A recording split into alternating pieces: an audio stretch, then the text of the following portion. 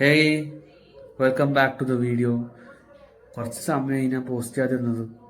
അപ്പോൾ എല്ലാവർക്കും സ്വാഗതം.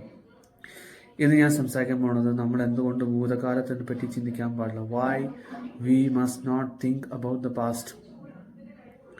അത് കാരണം വെച്ചാൽ നമ്മളൊരു പാസ്റ്റിനെ പറ്റി ചിന്തിക്കുമ്പോൾ നമുക്ക് എന്താ സംഭവിക്കുകയെന്ന് വെച്ചാൽ കുറേ കുറേ കുറേ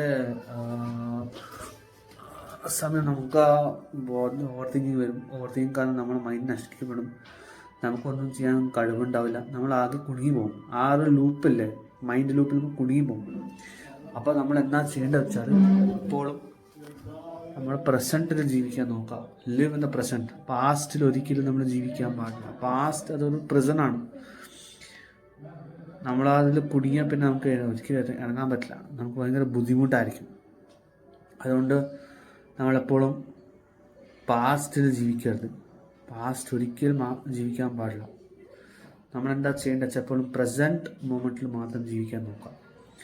പ്രസൻറ്റ് മൊമെൻറ്റാണ് നമുക്ക് കൂടുതൽ ഹാപ്പിനെസ്സും കൂടുതൽ ഇമ്പോർട്ടൻസും കൊടുക്കാൻ പറ്റുക. ഫ്യൂച്ചറിനെ പറ്റി അത്ര ചിന്തിക്കാൻ ആവശ്യമൊന്നുമില്ല. പ്രസൻറ്റിൽ ജീവിക്കുക. പ്രസൻറ്റിൽ ജീവിച്ചാൽ നമുക്ക് ഒരുപാട് ഓപ്പർച്യൂണിറ്റീസ് നമുക്ക് ക്രിയേറ്റ് ചെയ്യാൻ പറ്റും. ഒരുപാട് കാര്യങ്ങൾ നമുക്ക് ചെയ്യാൻ പറ്റും. ഒരുപാട് ഗുണങ്ങൾ നമ്മൾ പ്രസൻറ്റ് മൊമെൻറ്റിൽ ചെയ്യുമ്പോൾ ഉണ്ടാവും.